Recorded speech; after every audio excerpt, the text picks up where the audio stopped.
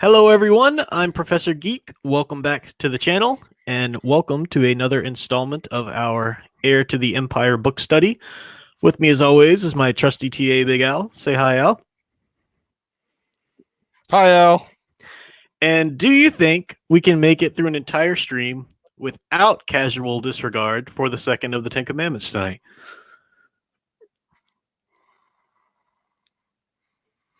It was a genuine request for help with dealing with you bozos. I was listening to the Office Hours live stream. We did this last week, and I was, cutting out the parts, for videos and stuff. I was like, dang, Al, seriously? Kiss your mother with that mouth? I blame... I'm not from West Virginia. I'm from Maryland, thank you. I blame my uncle's head and all the movies I watched in the 80s. There you go. Welcome to the chat. My eyes aren't really... I didn't get a lot of sleep last couple nights, which always hurts my eyes, ability to focus and everything. I know, that's my excuse. It's really just I'm old. But I'm trying to focus on who all's here. Semantic Dragon, Daniel Heron, Casey Lork. Welcome, Paladin Demo. Back to the drawing board. Welcome, welcome, welcome. Janice Zeal, of course. Mr. Troy Pacelli, channel member. Welcome, sir. Oh, yeah, and in terms of channel memberships, I did put out the poll. I'm going to leave it up until probably tomorrow night, because I'm going to go ahead and tweet that it's out there, too, in case anybody wants to chime in who isn't a current member but might be interested in that. But I said, okay, well, you guys decide which of the rewatches you want to do, and I have up there for his choices My Hero Academia, of course, Star Wars The Clone Wars, which I thought would be really interesting, especially with the trailer that came out, for the next season of it and everything like that. But then I also put Spectacular Spider-Man, because everybody talks about how great that is. And I've watched about a half of this season, because there's a rather short series, and I really enjoyed it. So I thought that'd be something that we could do a rewatch of and talk about the trickster archetype and stuff in. And so far, that's just like landslide winning Spectacular Spider-Man. But I want to make sure that we've got a good sampling and everything, so I'm going to mention that on Twitter. But if you are a channel member, make sure you voted in that poll. And if you're not, but might be interested in a members only rewatch, the benefit of the members only rewatch is there's not as many people in the chat, so I can really everybody kind of has a voice, and it's easier to interact with a lot of people. And if we can get Al to join us, that would be a big bonus too. I don't know. Well, Al's so in demand. Like, he's so popular. Like, oh, another stream. They just want me. They can't do without me. Oh, welcome. I must say I dig this chat name. Ivan the Meds Vandal. Gotta love it. Yeah, I love a good name on a chat. That's kind of good. Yeah, I think that's somewhat familiar. I think I've seen that name around here. Yeah, I think I've seen it before. Yeah, it's a good one. Unbridled Tuna. Nanette Pacelli, welcome. Green Lion Girl. So yeah, let's go ahead and dive on in then. No, it's got to be a Star Wars themed one. Do the Imperial March. There you go. Very nice, very nice. All right, so tonight we are looking at chapters 7 through 10 of Heir to the Empire by Timothy Zahn, book 1 of the Thrawn trilogy. And let me, right now while I'm talking, before I forget, add this this video to the... Oh shit! I don't think I need to make a proper playlist for the Thrawn Book Club so people can have it. I think I've just been adding them to the Star Wars videos, but I need to make a proper playlist for that. So if but right now, if you missed any of them, they're pretty recent in my previous videos, so you can always go back and check those out if you're following along with us at your own pace, which is perfectly acceptable to do. But in the last video, we were talking about how Zahn is establishing the theme of the cold, calculating logic versus the more passionate, quick to action. And most specifically, we see that in the villain Thrawn, and how different he is as a non-Force user, as a non-Jedi, but as a brilliant tactician. And his juxtaposing that against the Emperor himself and the Sith, the dark side of the Force, which is more about the passion and the anger and embracing all of that kind of thing. So we're going to see a lot more of that, that theme play out and develop as we go through these next few chapters. Getting kind of a Grand Moff Tarkin vibe. A little bit, but, yeah. But more so, it'd be the way that Tarkin would have to deal with the rebels when he was in full, fleet mode. Yeah. Since he wasn't a Force user, but now we have another situation where we have a non-Force user in command who actually has a Force user working for him, even though the Force user is kind of reticent to feel like a lapdog. But I kind of was like going, this is kind of a Tarkin Vader vibe. Yeah, it is a little bit. That's a good point. Absolutely. I think that's definitely something that probably had to be in Zahn's mind as he's developing this too. Tom Spiegel says he thought you said Grandma Tarkin. I don't want to be a part of that family. Grandma Tarkin. So in chapter 6, as we just left it out, we had Luke and Han accompanying Leia on a diplomatic mission to Bimasari, and the Bims there were very excited. They like heroes and stuff like that, so they wanted Luke to come along with them. And then they started to sense that for some reason the Bims were trying to separate them and kind of give them a tour of the facilities and stuff like that, but they couldn't say for sure. Things were going on, and then eventually Luke is doing a tour of this building, this structure, so he's separated from Han and Leia. Chewie's decided to stay with the Falcon with the droids, and or C-3PO there, and suddenly these aliens attack. These the Nogri, we know that they're called from our scenes with Thrawn and Captain Pelion, but Luke and Leia and Han have never seen or heard of these types of aliens before, these Nogri, and they're attacked by them. So that was the end of the chapter. It was a nice cliffhanger. It was like, what's going to happen now? And as I pointed out, this is our first challenge that Zahn has our heroes face in his novel here. Again, these are characters that are known to the reader, most likely. You've been with them in their adventures, so their competence is proven in other stories in the franchise and the universe. But even so, with this specific incarnation, this book, we need to see where this writer is going to take them and how this writer is going to establish competence. And I think he does a great job because it is a true threat. It's not something that's just so casually, at least in terms of the narrative, disregarded. But I love how Zahn shows both Luke and Han and Leia overcome this threat. First of all, just as reading it or listening to it, it was a thrilling experience to go through and experience the scene. Was it for you? I know it was for me like that. Oh yeah, it was. It was a good visual. It was good visual, good use of imagery to try to get the mind's eye going. Yeah. So you first, I could draw the attention for Luke here. We start with him.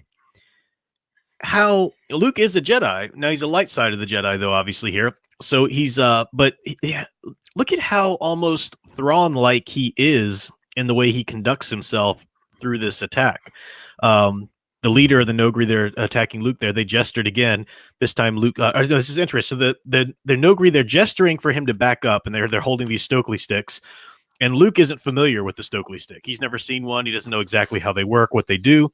So Luke is talking to them, and he's trying to gain some intel here. And he says, where's the part I want to? Oh yeah, here we go. The alien in the center. You want me to go back there? He asked. Insignificant tactile error. All right, he said. He's soothingly as possible, no problem. Keeping his eyes on the aliens and his hands away from his lightsaber, he began to back up. And I love this. He says, if you just tell me what you want, I'm sure we could come to some sort of agreement, Luke suggested as he walked. Faint scuffling sounds told him that there were still some Bims wandering around, presumably the reasons the aliens hadn't already attacked. So he's listening. He's putting his senses out there. He's gaining intel.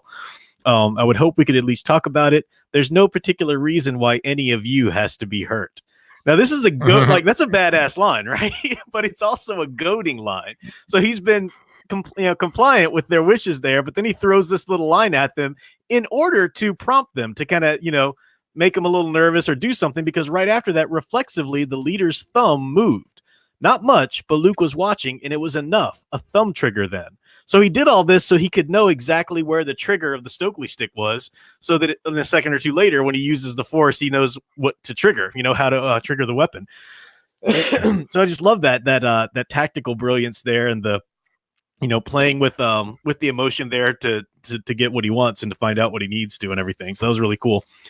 I also love in his own encounter with them, he backs up. There's a really great scene. He pulls the drapes, down on top of them, and then they're pretty cunning, and they're using the Stokely sticks to kind of net up the rest of the drapes so they can't work.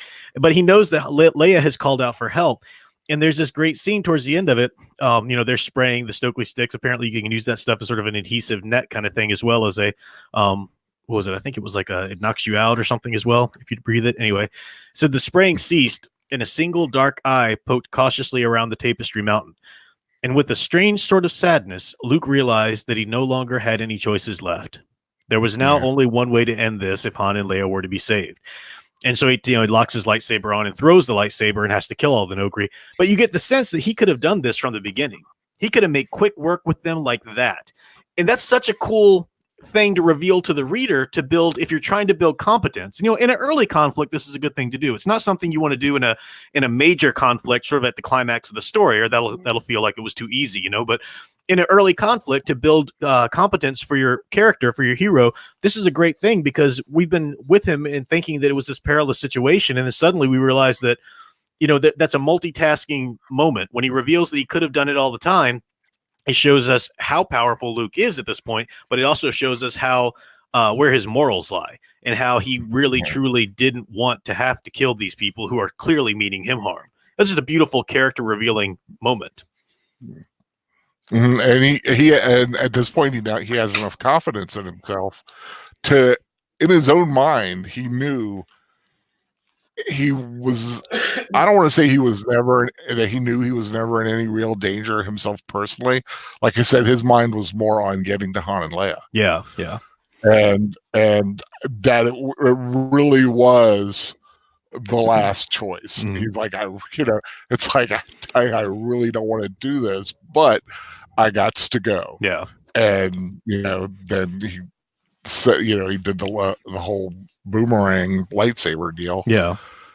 And I'm just picturing all these guys just getting cut in half. I know. with one shot. It's a pretty wicked scene that he describes. Yeah. I mean, it's gruesome, but yeah. If you thought Darth Maul falling down the hole there was bad, bisected, this is a bunch of them here. So yeah, because I like this. Like the others must have realized in that instant that they too were dead. Mm-hmm. But even then, they didn't give up, howling and strangely chewing away all they attacked. Yeah. I mean, that's you got to give them credit for still going at it. Yeah, you do, and that's a good point too, because we're building our awareness of the Nogri people themselves. They are this special sort of forces, or beings capable of this kind of special forces missions and whatnot, and they do have this tenacious desire towards duty and stuff like that, or hold or concept of duty. We then move over to Han and Leia, and I love how Han. Well, first of all, I love that it's Han that gets him out of this. Again, a lesser writer, a writer imbued with today's, social agendas and stuff like that, would have had to make sure that Leia was the one that saved them somehow, because she's the woman and she's got to do it and blah, blah, blah. But you think about our well-rounded group of characters here. They each have their strengths and they each have their weaknesses. And Leia's strength here is diplomacy. She truly knows what's best here. And she's been kind of calling the shots a little bit, telling Han, nope, that's not what we're going to do. We're going to go do this, and stuff. But it was okay because that was in the realm of her strength. Now they're in a conflict. They're in an open fight here where Han, as the rogue, as the one who's been a smuggler most of his life on the run and trying to, get out of these situations and stuff like that, is clearly the more experienced in this aspect. But a lesser writer, especially one of today's writers, easily would have just tried to turn it over and make Leia the one to do it. so Leia, she's trying to think, what can I do? She's training with the Force. Should she try to disarm him? And Han says, no, you'll never get all 11. So he's kind of playing all the options out. And I love that. Again, we see Han execute his plan, but we don't see the payoff of the plan until it happens. So he tells Leia to throw him a handful of the jewelry because they're in the marketplace. And of course, she's, that goes against all her diplomacy, and like, what? And he's like, shut up, just do it. So she throws the jewelry. He grabs it in his hand, and all the Bims see that. So they think he's a thief. And I love it. He says, get ready to duck, because they're all coming at him. The Bims are trying to stop a shoplifter. It says he was literally bowled off his feet as a yellow wave of enraged Bims leaped upon him, knocking the accused shoplifter to the ground. And with their bodies forming a barrier between him and the Stokely sticks, he dropped the jewelry and grabbed for his comlink. Chewie, he bellowed over the den, because this was the initial thing that he tried to do. As soon as he recognized that they were in danger, he tried to reach up and grab his comlink, but the Nogri with the Stokely stick warned him, with it, don't touch that. I've got you covered, So this is a brilliant little plan for him to be able to call in help. And then of course, Chewie gets to come in as the cavalry here with the, the Millennium Falcon, guns blazing and everything, which is just a kick-ass scene. It's so fun to, Yeah. And it's great on the audio too, because they've got all these sound effects. Yeah. And then so they're saved, the Nogri don't win, but there was real danger, and it was a great scene. It was a good it did the job of establishing competency. It's a good fun tension, good fun adventure scene. And then to wrap this chapter up, we have a classic moment of C-3PO all gunked up with the Stokely stick. And he said, I'm sorry, Master Luke. I always tend to be causing you trouble. This is just a classic. This is what you love C-3PO for. And of course, Luke's saying that's not true. And they're trying all these what do they call solvents or whatever to get the adhesives off of him and everything. Yeah. But I like the thing. He's like, no, Captain Solo did not tell me to duck. 3PO told the squad droid stiffly. What he said was, get ready to duck. I should think the difference would be apparent even to you. I know. He's so literal about it. He's like, when he said get ready, I was ready. I didn't know, And then still the squabbling between him and R2 there as well. So that's fun. And then we have it established there at the end of the chapter as well that it's time for Luke to make Leia a lightsaber. He's going to continue his training. She's going to try to get some more time off or whatever. And now we have a little bit of Luke's weakness is in this book, at least in the story as we've received it thus far, is a little bit of an insecurity in him. Not an insecurity like, oh, I might, what if people go to the dark side or anything like that. His insecurity is he's not trained as a teacher. He was just barely trained as a Jedi before all of his mentors, were taken away from him. We'll see in a scene in a following chapter where he doesn't really know. He's trying to teach Leia, but he doesn't. Is this the right technique? Why isn't she responding to this as well? I wish I knew. I wish I'd been able to ask Obi-Wan this or that. So again, remember that we opened the very book opens with Obi-Wan coming to him for the last time in a dream as a Force ghost. He can only reach him in a dream at this point because his touch with this plane of existence or whatever, is tenuous at this point. He needs to move on. So we do get that idea established from the beginning that Luke's on his own now, and that kind of sadness or that kind of insecurity or fear is because he's not trained officially for the next kind of things that he has to do, which is to teach Leia and ultimately her twins eventually. Plus, he even knows that his team, Obi-Wan himself made a series of bad calls with his father, and look what happened to his father. So he's I could see why he would be tentative, being still such a young Jedi, trained probably not in the most traditional way. He probably had the fast version. Yeah, sure. He's like the GED of the Jedi. Yeah. But the quickie version, coupled with the Force, the strength, the unique strength of it in him, because he is the son of the one who would bring balance to the Force, and everything. So, welcome, Mr. Matchstick, Sound Engraver. Got a few people joining us in a moment or two ago. Welcome. In chapter 8, we have basically it opens with the story of Sabayoth's reaction to this failure, this failed mission for the Nogri to obtain Leia and Luke for him, because that's what they were there for. They were, Thrawn had promised Sabayoth these Jedi if he were to help Thrawn with his fleet and with the evasion and the battle meditations and so forth. So Sabayoth's obviously not very happy about it. The only real thing I had to point out about this, again, kind of develops our theme here of the difference between Thrawn as a leader of the Empire and a Sith or the Emperor or Vader like that. So there's also the building conflict between Sabayoth and Vader. I mean Sabayoth and Thrawn, and I like the way Al contextualized that a little while ago with Grand Moff Tarkin and Vader. We see that little quibbles they had, but to the nth degree here, because you've got Thrawn with this total rogue Sith who's a clone, even at that, and Sabayoth's not happy. They're trying to decide, Sabayoth wants to go off and get him himself or whatever. Thrawn's like, no, I need you here, blah, blah, blah. Thrawn's gloating eyes bored into Sabayoth. Does a Jedi Master go back on his word then? You knew that obtaining Skywalker for you might take some time. All the more reason for me to begin now, Sabayoth shot back. Why can't we do both? Pelion cut in. Poor Captain Pelion, the kid caught in the middle of mom and dad fighting, And both looked at him. Explain, Captain, Thrawn ordered, a hint of threat audible in his tone. All right, so that's a little creepy because Thrawn, when the guy who is not easily angered shows a little bit of anger, that's like all the more terrifying, right? Pelion gritted his teeth, and he gives the idea of that. So they decide to launch this plan, or Pelion's idea anyway, is just to put out a rumor that Sabayoth is there. There's a Jedi out there, so that perhaps it'll get around to Luke. Well, obviously it will, and that he'll want to go investigate himself. Eventually, the possibility of another Jedi present in the universe there in the galaxy. And so that's what they decide to do. At the end of this, after Sabayoth is placated by this idea, he moves on. Pelion and Thrawn are left there in the room, and Thrawn smiled faintly. Thrawn says, "Congratulations, Captain," Thrawn said, eyeing Pelion coolly. "Your idea seems to have caught Master Sabayoth's fancy." Pelion forced himself to meet that gaze. "I apologize, Admiral, if I spoke out of turn." Thrawn smiled faintly. "You served too long under Lord Vader, Captain," he said. "I have no qualms about accepting a useful idea merely because it was not my own. My position and ego are not at stake here." That's huge, right?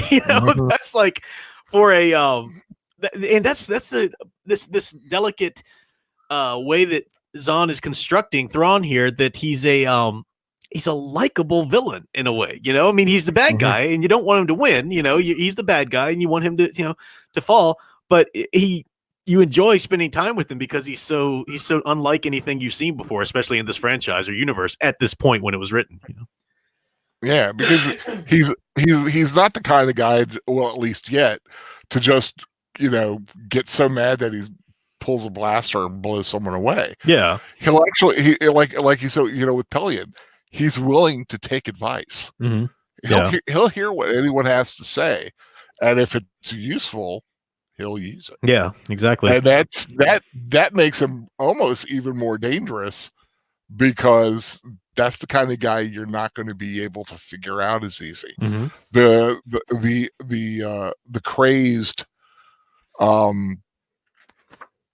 crazed villain is always much more predictable. Mm-hmm. You know what he's going to try to do. Yeah. And Thrawn, you don't, because he's so methodical. He's so strategic. But I had one question about Sabayoth. Mm-hmm. Would you classify him as a Sith, or is he just a Dark Jedi? As soon as I said Sith, I thought that's probably something I shouldn't, because at least at this point in the story, especially, and yeah, I mean, he's a clone of the original Sabayoth anyway. So I think you could argue that it's inappropriate to call him a Sith, but at the same time, he is very much given to the dark side of the Force, So Right. Semantics, I'd leave that to people who are more versed in the technical uses of those words than I am at this point. But especially from as far as what we know of him now, we just know that he is a clone of a Jedi, and we don't know much about that other Jedi originally and what he was and everything. So we just know that but he's clearly given into the dark impulses of the Force. So at least there's that much we can say. So good point. Yeah. Glad you clarified that. Yeah. Right after that, though, we get Pelion's little bit of a foreshadowing there, and it's a little bit of a commentary to kind of draw out what's happening and what Zahn is building at this point. Because as Thrawn says, my position and ego are not at stake here. We get the words, the thoughts of Pelion in italics there, except perhaps when dealing with Sabayoth. "Yes, sir," Pelion said aloud.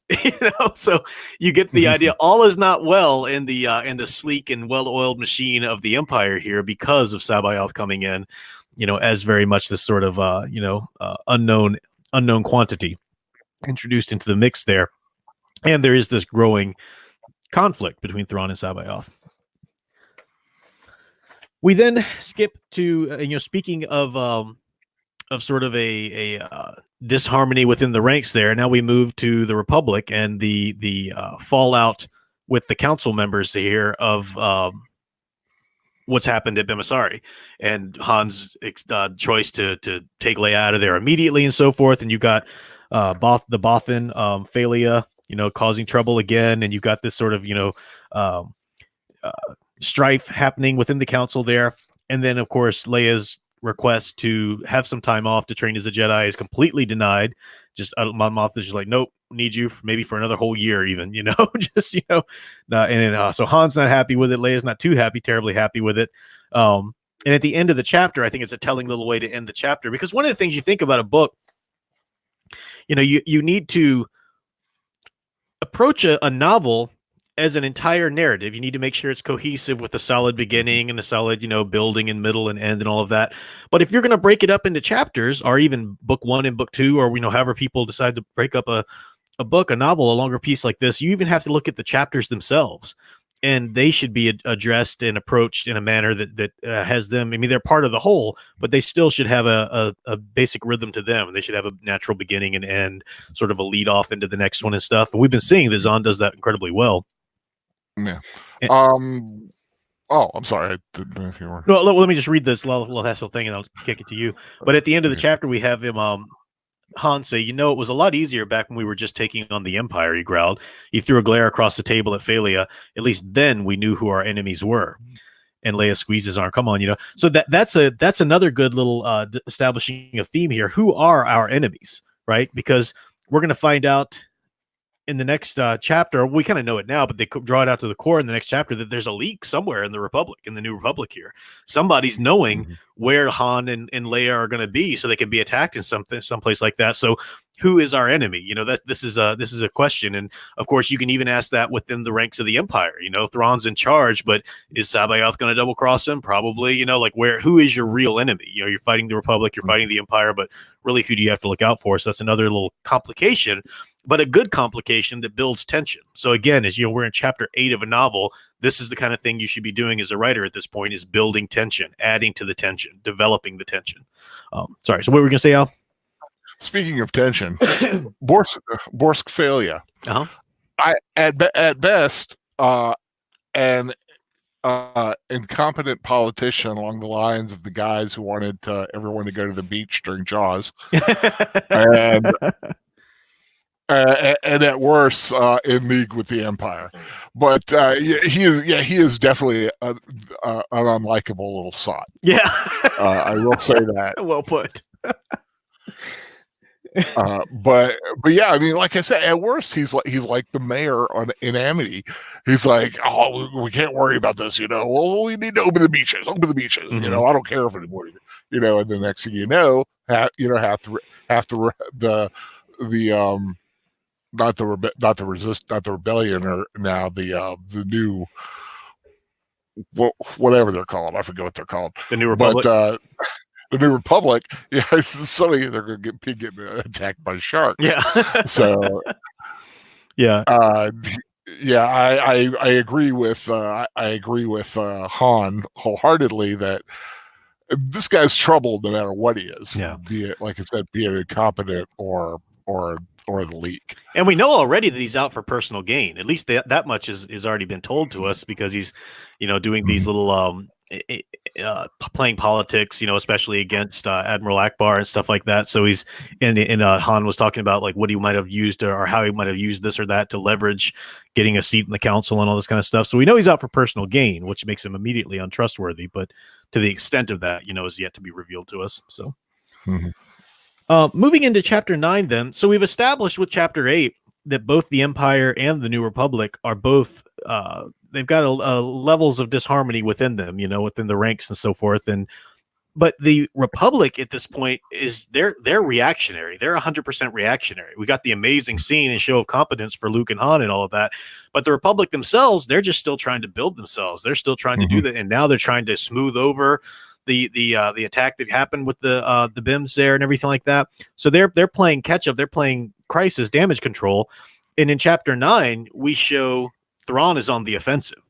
So even with the conflict that continues to develop with Sabayoth, we're seeing Thrawn's mission here play out, and they're doing this special technique where they drop out of hyperspace at a certain point. It's a way to use the Star Destroyers to zap in and sort of do a flash attack and then recede. And they're testing things out according to Thrawn's greater plan, which isn't completely revealed, but they're also testing out Sabayoth's ability for the battle meditation.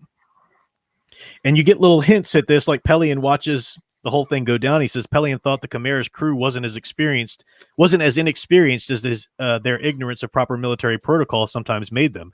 He's seeing this all go off without a hitch, and then Sabayoth is sitting in the back, and he's strained though because his attention is his awareness is stretched, among all the fleets, and Pelion notices that. We're still in Pelion's perspective again, which is good. You want to stay in the Watson type character's perspective when you're around Thrawn.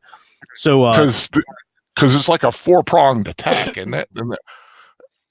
Yeah. I don't know why I've got the number 4 in my head, but I mean that's powerful. Yeah.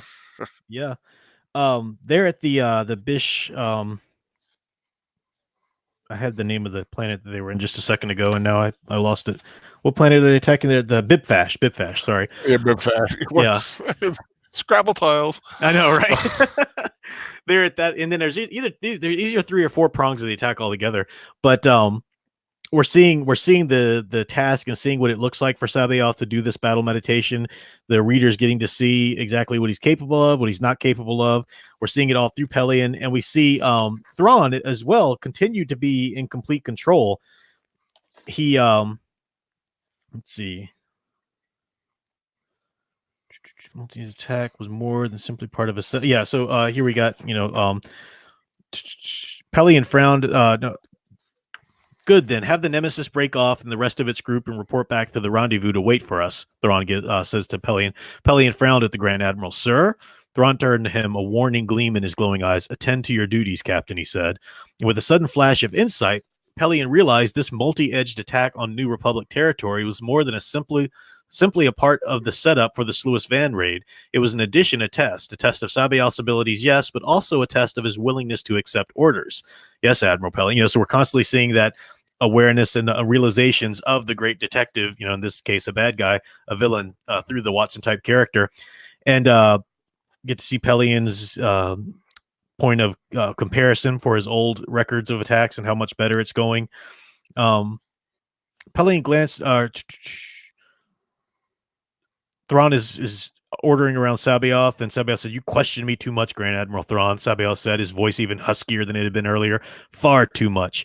I question all that is not yet familiar to me," Thrawn countered, swiveling back around again. "Call them back to the rendezvous point." "As you command," the other hissed.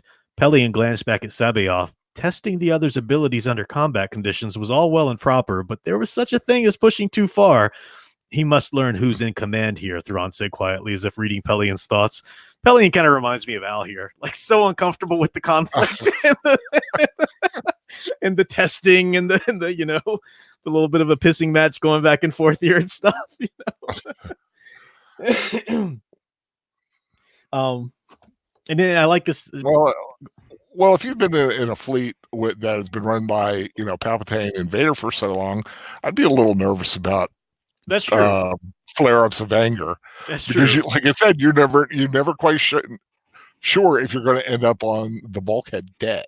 Exactly. Because you say or do the wrong thing. Yeah, he's triggered, right? He's got some trauma. He's been around long enough. He's been around long enough to probably have seen a few force chokes. Yeah, exactly. Exactly. Good point. I like the next paragraph. Pelion says, "Yes, sir," forcing his voice to remain steadily. Thrawn had proved time and again that he knew what he was doing. Still, Pelion couldn't help but wonder uneasily if the Grand Admiral recognized the extent of the power he'd awakened from its sleep on Wayland. So again, we've got that little hint, foreshadowing of something to come, possibly, building the tension there. Also, like this point, the battle's still going on, and Thrawn says, "Good. Have there been any further leads on those mole miners I asked for?"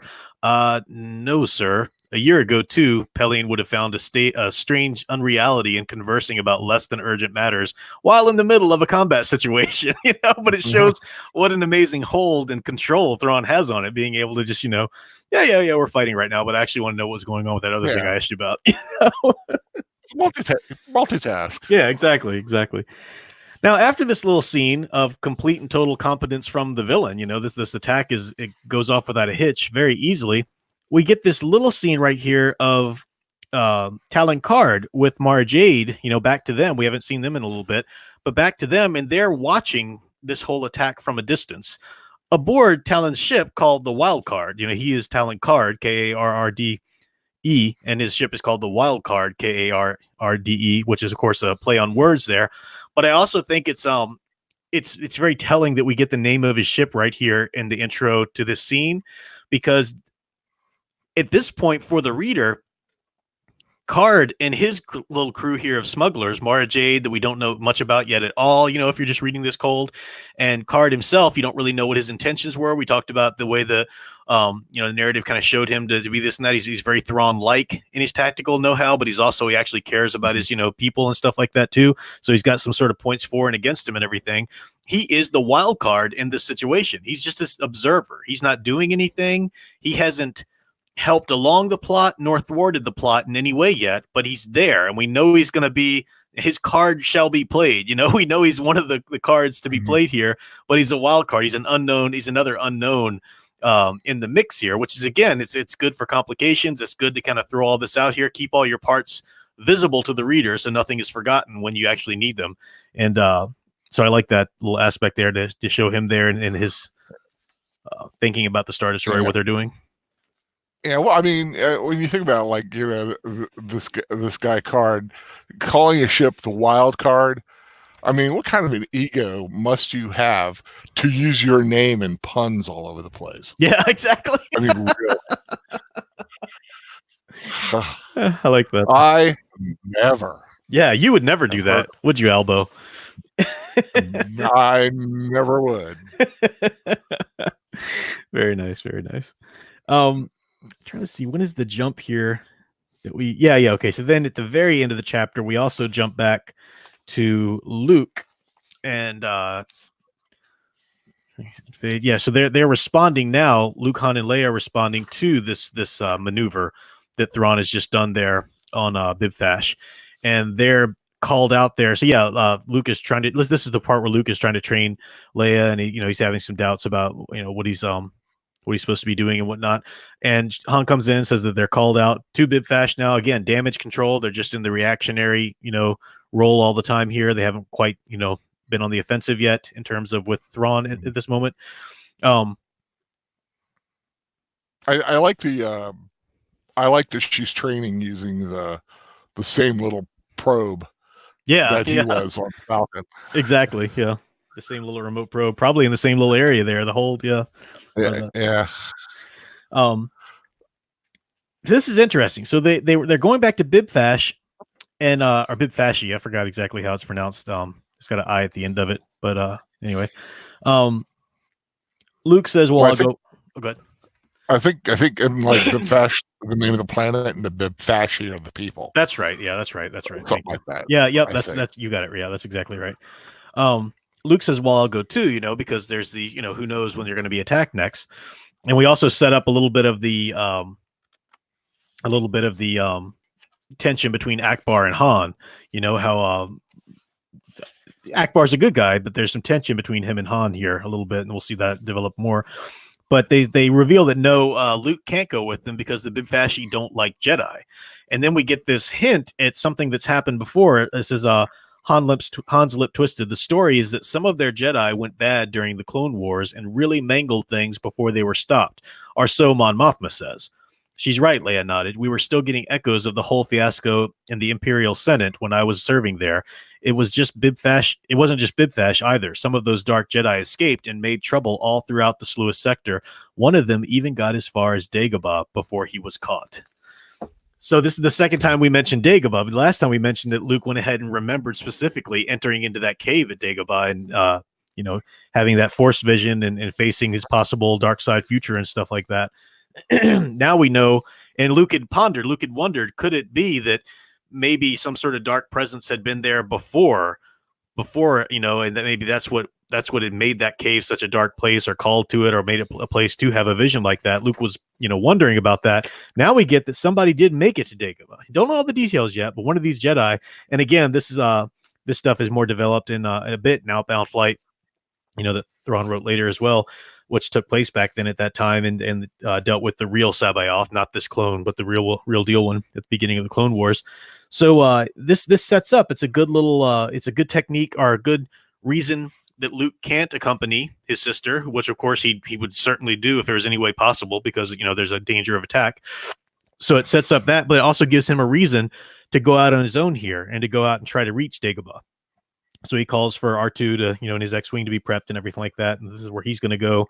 And as far as Han and Luke, they're going to go to Bibfashi there to investigate the scenes of the attacks there. So another great ending to the chapter. Possible conflicts.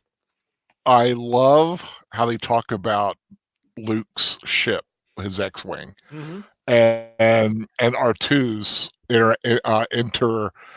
interaction with the ship itself. It's almost like they've become one. It's almost like R2 that the X-Wing has become an extension of R2 almost. I really dig that. I think that's such a cool concept. It is a really cool concept. So only R2 can talk to his X-Wing, because Luke won't let them wipe the memory banks from the X-Wing. And what is the wording? It says they set it up so it's like a proper companion droid or something like that. They say, let me the computer had effectively molded itself around R2's unique personality, so much so the relationship was almost up to true droid counterpart level. That's it. Made it for an excellent operational speed and efficiency. Unfortunately, it also meant that none of the maintenance computers could talk to the X-Wing anymore. Yeah, I love that true droid counterpart level, because the droids, I mean, that's something that Lucas established with the very first film, A New Hope, or Star Wars, that, the episode 4 was that, you saw that whole story through the eyes of the droids. The droids are very, even though they're considered droids in the universe and they're not considered human or anything like that, they do have agency. They do have sentience, just through what we actually see them, go through and experience. And the good guys, our heroes, are the ones who treat them as such. And the those villains are morally questionable ones, are the ones who treat them as just things rather than beings. So it's a good point. So we're on to our last chapter for today's segment, then chapter 10, which is another really cool chapter, a great little moment here. And this just deals with Han and Leia. Chewie's back with the Falcon again, but they're with Wedge. So we got Wedge and his X-Wing, squadron there with him. And they're on Bibfash, and they're looking at the ruins, from the attack, and they're assessing, and Leia's there to try and calm everybody and assure them that the Republic really can protect them and so forth. And stop me, Al, if there's something you want to talk about that happens before this, but I just want to get right. Well, first of all, we see the fruits of this rumor that they had started, because Wedge himself mentioned Sabaoth. So the rumor that they kicked in is actually there, and it's in play already, But then we get the attack. So they're at the edge of this crater, and suddenly the Nogri again, the same aliens that attacked them before, they recognize, are attacking them again. Yeah, I mean, what I like the way they're kind of really looking around, thinking there should be a lot more. There were 4 Star Destroyers raining hell down on this planet. There should be a lot more destruction than there is. So I that would make me kind of, pull an Akbar. It's a trap. Yeah, exactly. Exactly. I like Squids McCracken. Welcome, Squids. He said this would make a good movie. And Tom Spiegel says, that's what we've all been saying from the beginning. Exactly. 100%. 100%. Sound Engraver says, yeah, she likes the connection between R2 and the X-Wing too. Yeah, it's really cool. I like that. And then back to the drawing board mentions that droids are the Greek chorus of Star Wars. Absolutely. Great analogy there to some different, and of course, Lucas, being versed in the hero's journey, knew the various incarnations of it, specifically in Greek tragedy and so forth. So yeah, there's that aspect to it. Definitely. So they're attacked and they're held down. They don't know what they're going to do. They're jamming communications, so Han can't radio back to Chewie. This time the communications are actually jammed.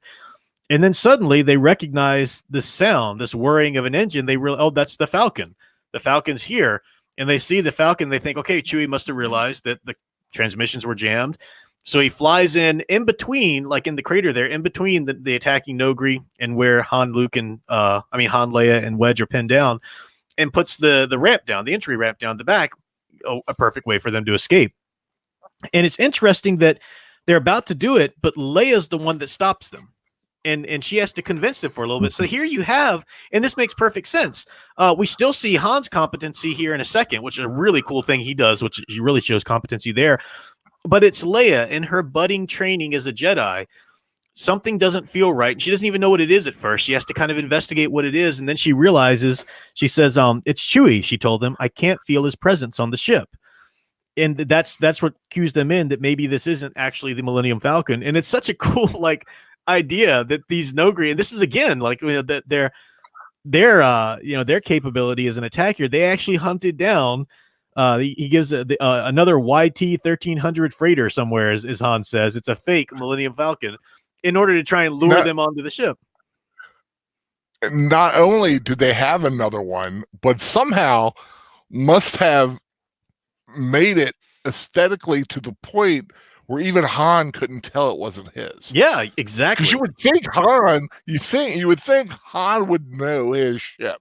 Yeah. That he could look at it and know every bolt, seam, patch, whatever, tube, and somehow he didn't. Now, either that was just dumb on his part, or like I said, just so well put together by the Nogri, or the Nogri's, superiors there, or whatever. Yeah, superiors. Yeah. Well, you have them at the, obviously it's in the heat of battle too, so there's a little bit to be said there. Yeah. But still, like you said, especially from that angle with the entry, ramp there and everything like that. I mean, that's they had to make that look pretty dead on, and whatever little alterations or customizations Han might have done to it. But then Han catches on too when he realizes that Chewie's not fighting back with the swivel cannon, so obviously they get it. Something's there, and they hatch this plan together. And it's Leia again that with her diplomatic, this is some of her own tactical reasoning here. Han's wanting to split up to obviously keep his pregnant wife safe there, and she says, no, we all need to go together in this attack because they're going to try and disable that ship so it can't ripen at top. And she says, no, we each need to go together because clearly they want at least one of us alive. And we don't have no way of knowing which one that is. So if we were to separate, even if we made an educated guess, there's still a chance they could kill whoever was proportioned over here because it wasn't with the one they wanted alive. So, that makes sense too. So they all three have to go up there. And she has the idea about using her lightsaber to get through the Falcons or the freighter's shielding, the fake Falcon shielding. So that's a pretty cool idea. Now, of course, this works. Han is able to, they do this sort of fake approach to the ship and they hide under the ramp and they're providing cover fire while Han disables the ship's flight capability somehow. And he ends up cutting the coolant and has this sort of coolant gas rising into the air because it's harmful to anybody, but it's lighter than oxygen or whatever. So it goes up into the air. And then it turns out that it was a double-edged move because it actually serves as a signal too for their X-Wing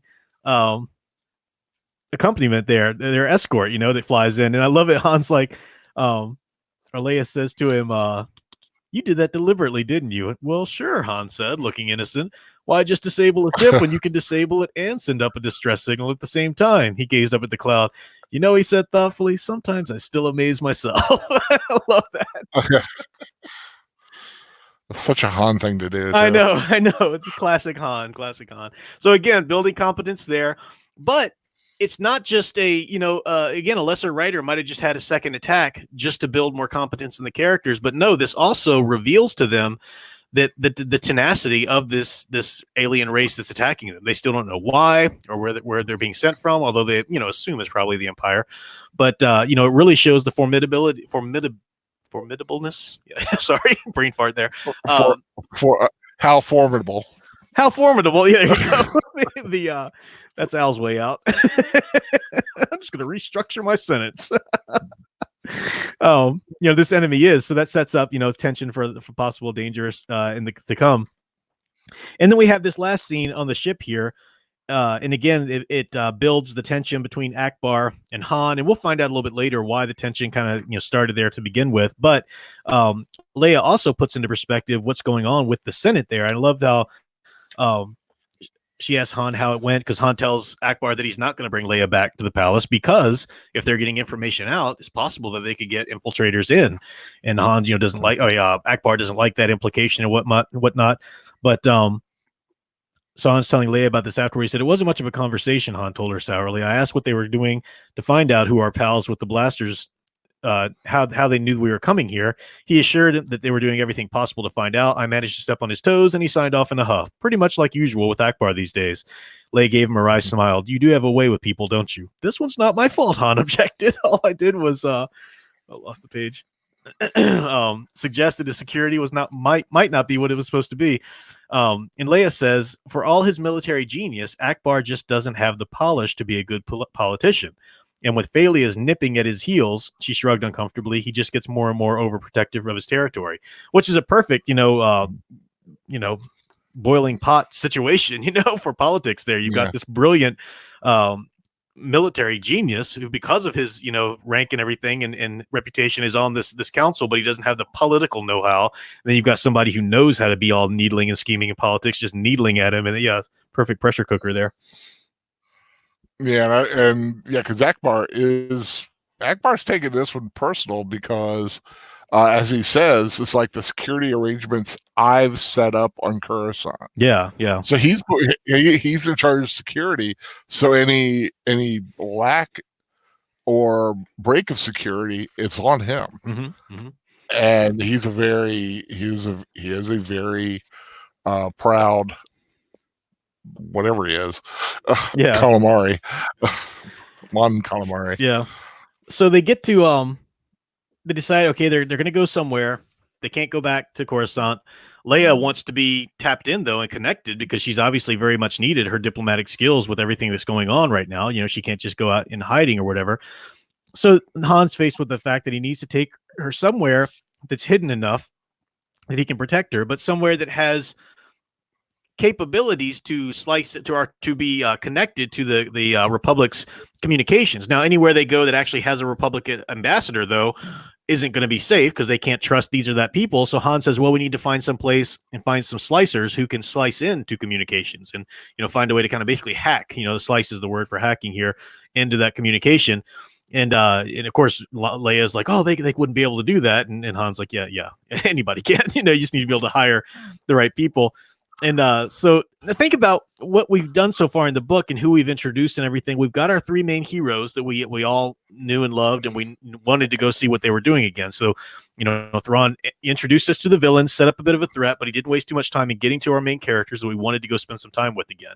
And again, I'm just talking about putting ourselves in the place of the readers who received this in 89, I think 89 or 90 or whatever, when this book was published, the first continued adventure of these characters since the Return of the Jedi at that time. Yes, other books have been written later that came in between, but so we get to those characters. We start to introduce some new characters to flesh it out. We also get we got our villains, but then we also have Talon Card, Mara Jade. We don't know what's going on there, but we've got some possible players to move around with. But we've gotten 10 chapters in, and we've actually been able to see some action and some battles and some emotional investment, and we're definitely invested in these characters in their own right in this novel at this point. Now is the good time. Now once you've kind of proven yourself as a writer, now you can start to introduce some more folk. So do I get to know where we're going, Leia asked as he started the pre-launch sequence. I already told you, Han said. We need to find someone who we can trust, who has his own list of illegals, slicers. A suspicious glint came into her eye. You don't mean Lando? Who else? Han said innocently. Upstanding citizen, former war hero, honest businessman. Of course he'll have slicer contacts. Leia rolled her eyes skywards. Why, she murmured, do I suddenly have a bad feeling about this? That is classic. That's the right way to do quote unquote fan service that people talk about today. You think about how much that term was thrown around with the Disney sequel trilogy, and how much fan service, it hurts the story. It doesn't have to. It hurts the story when you're desperately throwing some other character in there to get them to come back for another movie because you so royally botched up the last one. That's what is bad storytelling, when you've invested them to the point without introducing any new characters other than your main ones that you're dealing with there, and you've done a good job. Yeah, then you earn the right to bring in another, and it doesn't feel gratuitous at this point at all. It feels perfectly logical. Han himself, now a good guy, a working for the Republic, is having to draw on his old skills and know-how from his old roguish smuggling days. Makes perfect sense. He goes back to his old smuggling contact, right? Lando. And that's a perfect way to introduce him. And then again, with that little, I've got a bad feeling about this line. It's just, that's beautiful. That's the way to please the fans. It's logical storytelling. That's the way you do it, Disney. But did you calm down? You haven't your first time reading through this? Did you get a good grin when you got to that part too? Yeah, I liked it when I saw Lando. When I saw his name, I was like, "Oh, we're gonna bring Lando in." Yeah, because you figure you have to. I mean, because he's Lando. Yeah.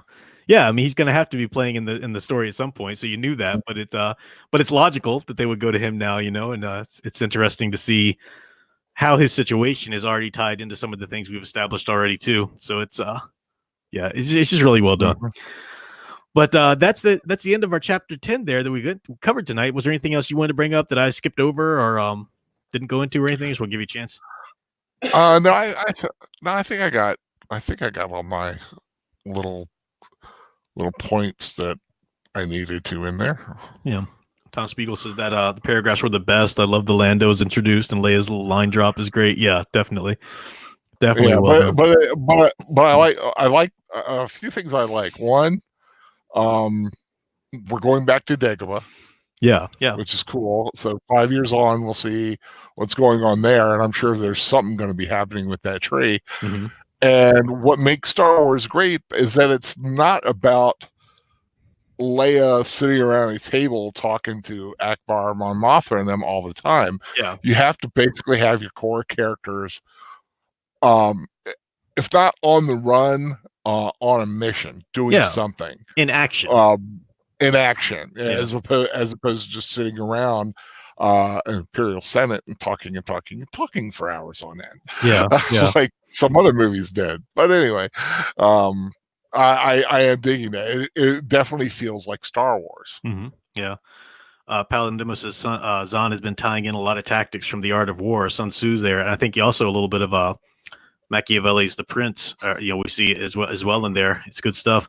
But you mentioned Dagobah, and another cool thing about that too is, again, that's not just fan service calling him back to that place because it's connected to a scene we saw in the movies once. You think about what we already said tonight in tonight's stream about where Luke's mind is.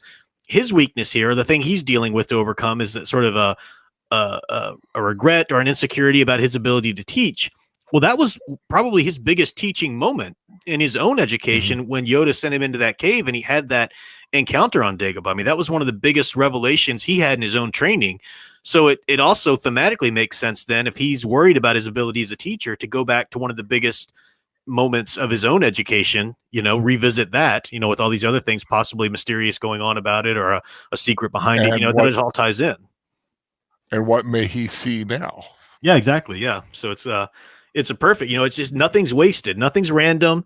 It's all multitasking. It all is tied together thematically. It's all coherent. It's all, this is how you write a story. This is how you do it. You don't just throw crap at the wall, see what sticks. You have to construct it from the ground up. And it's so well done. It really is quite well done. So.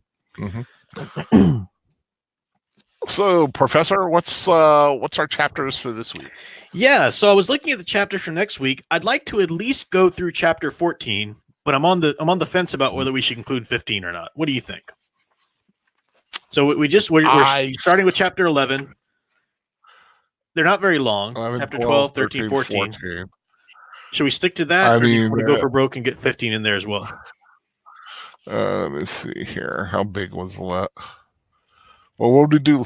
7, 8, 9, 10. Well, I'm kind of judging by the thickness of the paper. Yeah.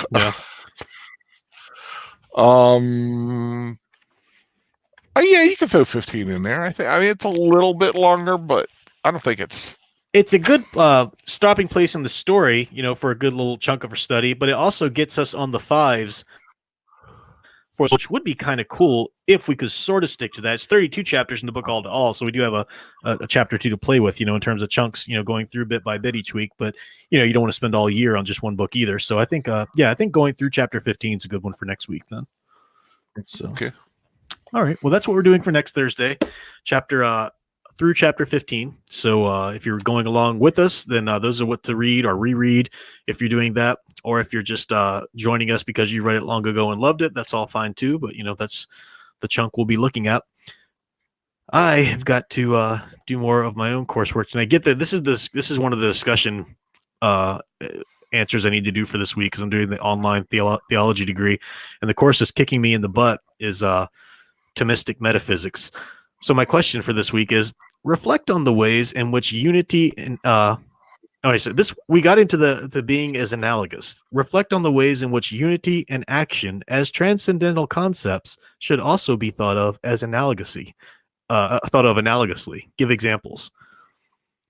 So what do you think, Al? What should I write? Good luck, my brother.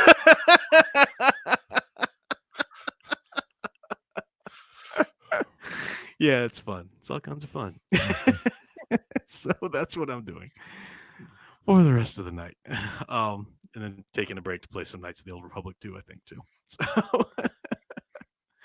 but thanks for everybody who came out for the study tonight. Appreciate it. We'll Saturday night. I don't do we know if Fan Man's doing anything tomorrow night? I'll have Alyssa all night tomorrow night, so I won't be able to do anything. I don't know. Yeah. I don't know. We'll pop him a message, say, hey, anything going on? Yeah. If not, you Yeah. never know. Maybe somebody will pop on just at the last minute, just say hi. Who knows? That's right. Afternoon or evening with Al, perhaps, maybe. Maybe. Who knows? All right. And then Saturday night, of course, on your channel or Big Al Presents. Yeah, on Big Al Presents. Big Al The Mummy. The 1999 version of The Mummy starring Brendan Fraser. Yeah. And the link to Al's channel is in the description below. Troy Pacelli will be joining me, as it seems will be the caffeinated commentator herself. Nice. The lady formerly known as Mara Jade. Very nice. She loves the film, and I invite her to come on to spread her mummy joy. I'm so glad she goes by a different name now, because that'd have been so weird and confusing talking about Mara Jade, the character. Every time you mention her in a book, I keep thinking about her actual. Yeah, exactly. Yeah, so there's that, and then there's next week, of course, office hours Tuesday. Back here again for this one on Thursday. So all that good stuff. Thanks, everybody's telling bye already. Melissa Harris, see you later. Kit Spikin. Yeah. Hello, Semantic Dragons, Sound Engraver. Dig your new video, Sound Engraver, like halfway through it. Your tutorial. I don't know how to do the MIDI sound things, but I just like the music that's played in the background. So, Squids McCracken, see you later. Bye, everybody. Semantic Dragon, so forth. So thanks, everybody.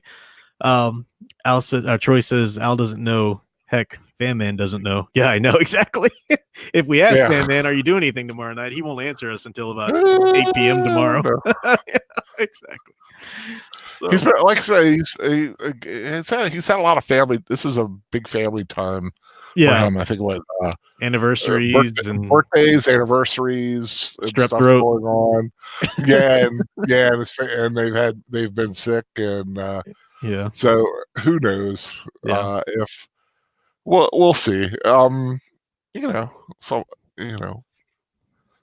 But definitely Saturday night, 10 o'clock on Big Al Presents. We'll be doing the Mummy. We'll have a good time, fun time with that. Cool. And then after that, I don't know if we've decided.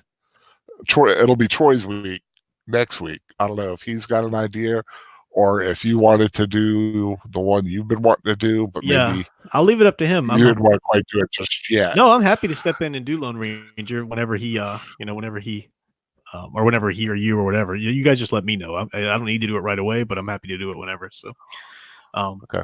there's that. And then, I might pop in on the chat Saturday night, at some point. So I'll be in there to say hi. So, all right. Well, that's our night tonight. Thanks for watching and hanging out. And until next time, keep enjoying and digging deeper into the stories you love. Thanks for watching.